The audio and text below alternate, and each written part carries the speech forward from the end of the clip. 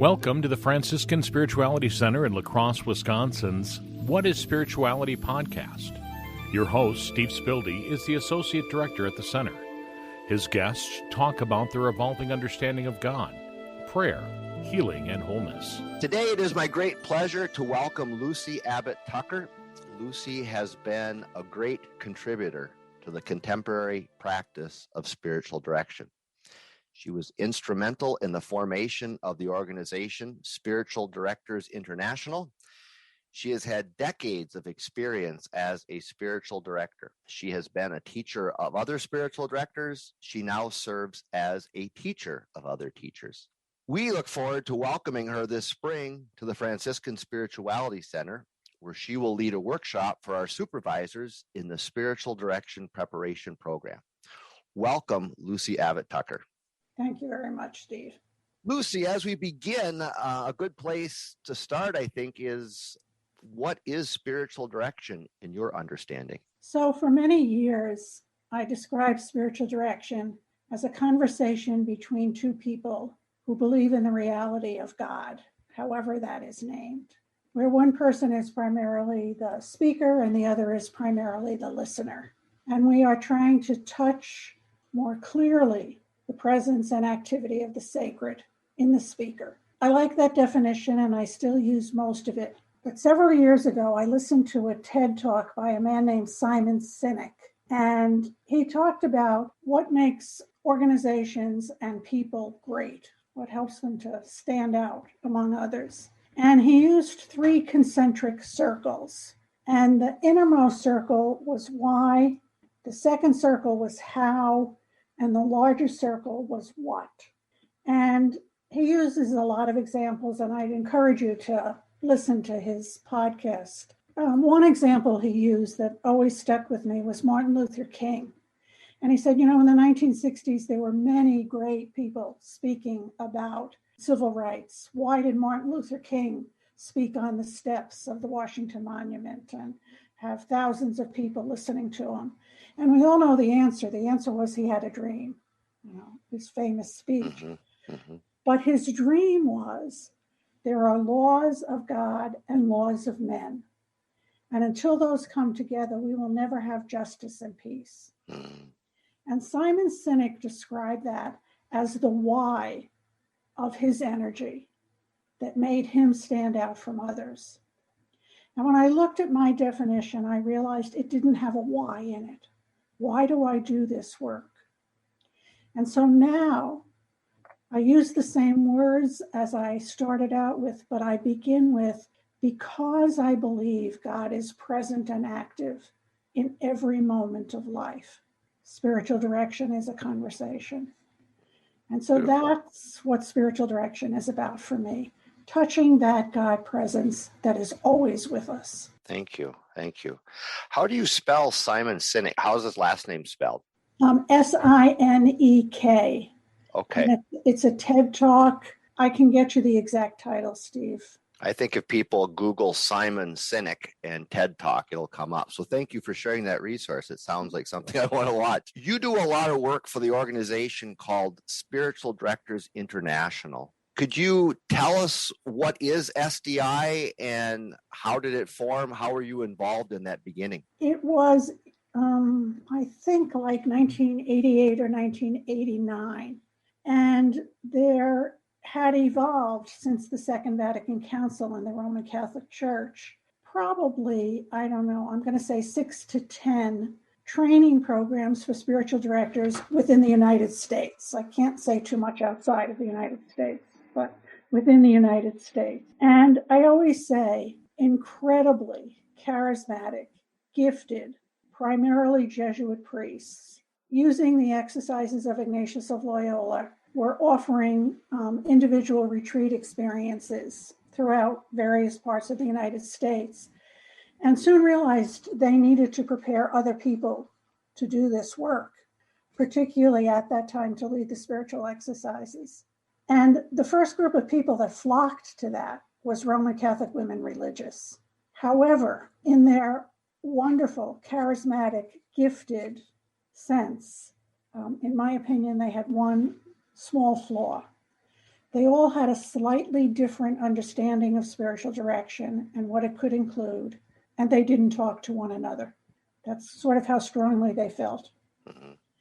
And so in the late 80s and early 90s, people like me, that I call second generation spiritual directors, even though we come from an immense line of spiritual directors, but in the modern age, second generation spiritual directors, I think realized that it was important that we talk to one another, that even with different ways of understanding spiritual direction, we needed the support of one another. Because in 1990, if you said to someone, I'm a spiritual director, you got this sort of glazed over kind of look, like, what is that? And so Sister Marianne Schofield, who was a Sister of Mercy from Burlingame, California, was a primary mover in this. And what she did, and the center she worked in, Mercy Center in Burlingame, is they wrote to everybody they knew who was doing spiritual direction, to every training program, and they said, we're going to have a meeting. And I would say at that first meeting, there was probably about 40 of us who got together really for the purpose of supporting one another in the ministry and helping it to grow. We met for 1 year in Mercy Center Burlingame, had a wonderful, wonderful meeting with one another, decided to come back for a second meeting a year later. And it was at that second meeting that we decided to form an organization. And because many training programs were not just training people from the United States, but literally from around the world, we took the title Spiritual Directors International. And in the next 10 years, we formed a board, we got a 501c3, we decided to publish a magazine, we hired an editor, we established regional group meetings and a yearly meeting. We did a lot of things in less than 10 years, wrote the guidelines for ethical conduct. And I would say the primary goal, even today, of Spiritual Directors International is to unite people who do this ministry, to provide ongoing education and information about it, and to be as supportive as we can of people who are involved in this ministry. My understanding then of how that has evolved. So originally it was primarily people who identified as Catholic. Yes. But it has evolved to other forms of the Christian tradition, other religious traditions, people who can see themselves as spiritual but not religious. Can you talk about how that has evolved over time? From the very beginning, some of the people who were most attracted to spiritual direction are people who felt their church systems, whatever that church system was not really meeting them where they were. And so you probably know this already, Steve, we call it they were in liminal space. What they used to know didn't quite work anymore, and they didn't yet know what was coming, and they were in this space between, this darkness. And people would hear about this thing called spiritual direction and say, that's what I need. And that spans every religious tradition, not just Roman Catholic. And so from very early on, people from all kinds of religious traditions have come and been welcome, because Spiritual Directors International never was and is still not about a particular faith tradition. It's about seeking God. Many, many years ago, I had a Buddhist teacher, and I used to say I think he was 102, but anyway, he was this small, erect, but I never understood the word wizened until I met him, wizened person. And he spoke very softly and very slowly. And he used to begin almost any presentation I ever heard him say by saying, and he would be raising his arm slowly, slowly, slowly. He would be saying, there are many paths to God in our world. No path is better than another. They are all seeking to be in union with the holy. And that has just, as you can tell, always stayed with me. And I think that's what spiritual direction is about. Anyone who is seeking that which is beyond us. Given that your understanding continues to evolve, How has this shaped your understanding as a Catholic? I would guess in some ways it has really deepened your understanding as a Catholic. Yes, I think spiritual direction has given me the freedom to ask some questions that maybe there's not a lot of places where there's permission to ask those questions. So a very basic question, how do I understand Jesus of Nazareth? What I say now is, I think Jesus had a relationship with God that was so transparent that people could not help but be attracted to it. And I think the invitation of Jesus is for me and for us to grow in that same kind of transparency. That's not usually what I hear in traditional Roman Catholic services. I also say if I had the authority, I guess, to do it, I would take crucifixes out of every Roman Catholic church, and I would replace them with pictures of the Last Supper.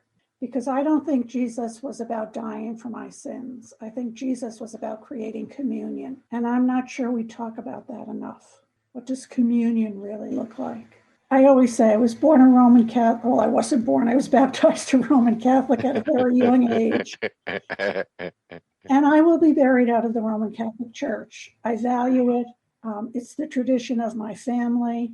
But I'm a different Catholic than I was 25 years ago. When we talked before, you told this beautiful story of the tradition was given to you really from your family. Yes. But as you've gone through your life, it's really become your own faith experience. Can you share a story early in your life where you had a personal experience with God, or it was Lucy's experience, not just the family tradition or just the tradition of the community? Yes.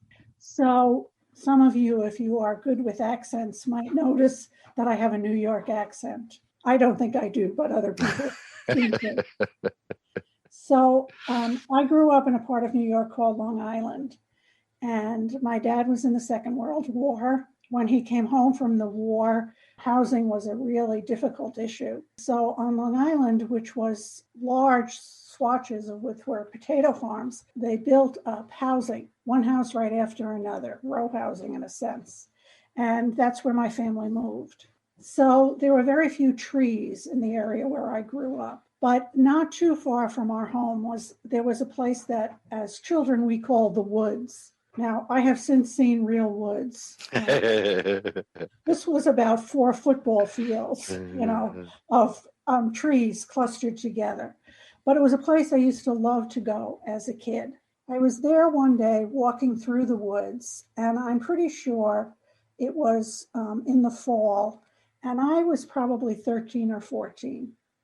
And as I was walking through the woods, I came to a spot where the sun was shining through the trees and sort of fell upon me on the path I was walking on. I had the sense that I was simply stopped in my tracks. I just wanted to stand there and let that sun beat down upon me. And the experience I had was that I had roots growing out of the bottom of my feet. And those roots connected me to everyone and everything else in this world, even the people in China, which I was sure was what was on the other side of the world for me. And that out of the top of my head, I had these rays coming up. And these rays connected me with everything that was above me, especially with God. And I can remember even as a child standing there thinking, this is important. Remember this. And I often say, first of all, it's probably my first conscious sense of communion with God. And secondly, I truly believe I have spent the rest of my life believing that experience and seeking to understand it. I sense that experience is important to you as a spiritual director, correct? Yes. I'm interested to hear your reaction to this. I'm involved in a training program, and as people apply, we often will tell them our program is not so much about teaching you skills. the actual listening skills we teach, we could probably do in a long weekend. But it really is personal formation. It's creating a space inside of you that you can receive the story of someone else. How would you word what happens to a person during a training program to become a spiritual director? I think I'm going to tell a story. Great. I love stories. I teach a class at Catholic Theological Union in Chicago called The Spiritual Journey: Desire, Resistance, and Occasionally Stubbornness. I had a woman from the neighborhood come to see me, and she said to me, I'm coming because I'm interested in spiritual direction, and I heard you teach this class. And I said, great, let's talk about that a little bit. And she said, well, the first thing you need to know, however, is I don't have a spiritual journey.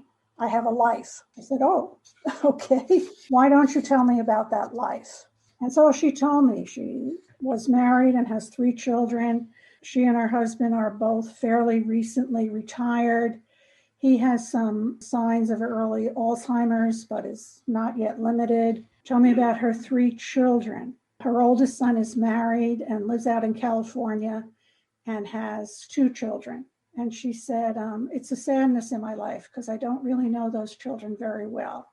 We call and we get on FaceTime, but they're kind of an age that they say, hi, Grandma, and just kind of keep on running. And then she said, my second daughter lives just around the corner from me, and I help with childcare. And she has 3 girls. And after school, 3 days a week, they come and stay with me. And that's probably the biggest blessing in my life. Mm-hmm.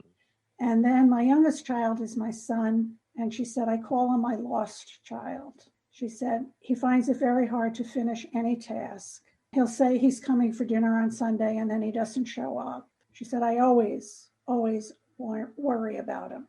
And so when she told me all that, I said to her, I would wonder if that's not what your spiritual journey is right now. The way you are with and present to each one of those children and grandchildren and your husband. And she kind of sat quietly for a little bit and she said, okay, but there's a second problem. I said, okay, what's the second problem? She said, the second problem is I don't pray very much. I said, okay. I said, when your son doesn't show up for Sunday dinner, what happens inside of you? And she said, I say, dear God, please let him be safe. And when those 3 granddaughters run up the steps of your house saying, Grandma, what are we going to do this afternoon? What do you say? And she said, I say, dear God, I am so grateful for these children. And I can't at the moment remember what she said in response to the other 2, but it just about all started with dear God. And I said to her, I think prayer is as natural to us as breathing, but we tend to have a very skinny definition of what it really looks like.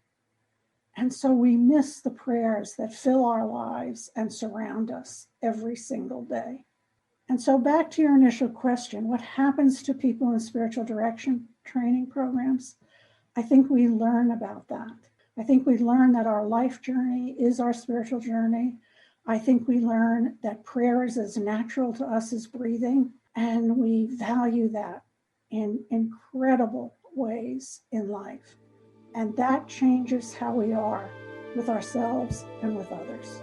If you have any questions about any of the programs that they offer at the Franciscan Spirituality Center in La Crosse, Wisconsin, we invite you to call us at 608-791-5295. That's 608-791-5295. You can also visit our website at www.fscenter.org. www.fscenter.org. Thank you for listening.